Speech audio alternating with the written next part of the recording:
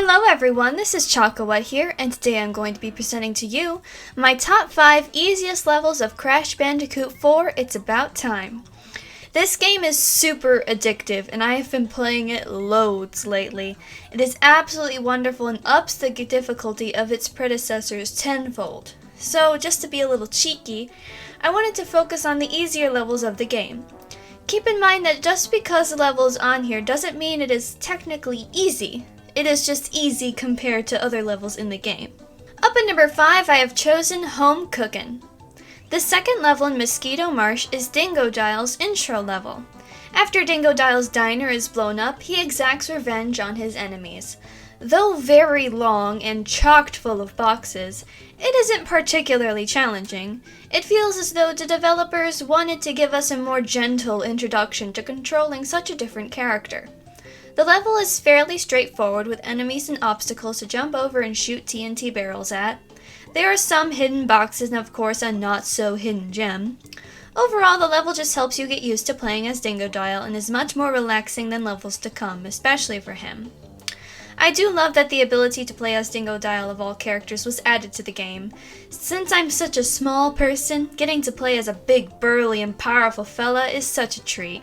Also, when I was really little, Dingodile was my absolute favorite. 4. Booty Calls.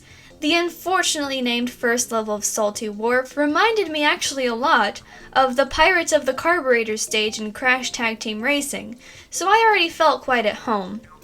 Outside of the pirate enemies, rail riding, and fast-moving platforms, the level demands very little of us to get through it. The hidden gem and boxes are all fairly easy to find, and the atmosphere of the level is generally more relaxed than others in the game. I do personally like this level a lot, and I especially adore its inverted version. And the ending in a cave full of treasure just gives it a nice adventurous feel. 3. Insanity Peak. The second level of the game and home to the hidden red gem is a very pretty level to look at. The whole level takes place in the cave systems within Insanity Peak and involves a lot of swinging on ropes and dodging enemies. The red gem can be found where Lonnie Loli is sleeping, and afterwards a great chase takes place, though it is about as difficult as the early chase levels in the first 3 Crash games. Overall, the level essentially guides you the whole way and isn't very difficult at all. 2. The Real Grind. The hazardous wastes are Dr. Engine's domain in this game, and the first level, The Real Grind, is a rather simple and straightforward level in this desert dimension. With the help of Lonnie Loli, we can maneuver through the wastes, gathering boxes, dodging sharks and minions, and riding the rails once again. This actually became one of my favorite levels after I got some practice with it. Though there are a couple hidden boxes that could be considered a little mean, the level itself is not very difficult at all, and just takes some good coordination and practice to master. Also, I just appreciate it so much that Engine talks to you over the speakers. It's so reminiscent of his announcements in Crash of the Titans, and it just made me so happy. And for number 1, I have chosen Rude Awakening. Naturally, the first level of the game is the easiest. Very reminiscent of the first level of the original Crash Bandicoot, we go through Crash and Coco's island home, smashing boxes, fending off slow-moving enemies, and avoiding obstacles. This level's bonus round is also arguably the most straightforward one in the game. The level also introduces us to the riding the rails mechanic used in many levels to follow, and finishes off with a not too challenging climb. Overall, it's a good introduction to the game and hands down the easiest level to get through without a scratch. I hope you've enjoyed my list and found it helpful. I have been loving this game a lot so far, and I am super excited to keep playing it and making videos about it, and hopefully other Crash games, because Crash Bandicoot is my personality. Anyways, remember to like and subscribe. Bye! Do you believe in kissing, honey? You bet I do. Well, I believe in kissing, honey, when the moon is new.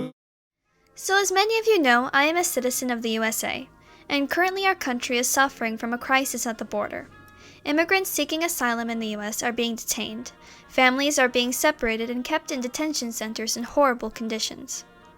All of it is scary and horrible, and a bit hard to come to terms with. So until things start getting better, I'm placing this message at the end of all of my videos to try to use what little influence I have to bring awareness and help. There are a number of things you can do to help. One of the simplest things is to donate to Immigrant Families Together, who are fundraising money to pay the bonds of detained immigrants and also provide necessities to families such as hygiene products, food, and shelter. This organization is also looking for volunteers. You can also take direct action by calling your state's government's officials and try to make your voice heard, and also refuse to let your taxes go to fund these facilities. There are many groups online that are looking for help to make sure these people are treated like human beings and receiving the help they desperately need. Let's prove that there is still hope for humanity and help solve this crisis in the most humane way possible. Remember, showing kindness isn't political. It's just the right thing to do. Thank you.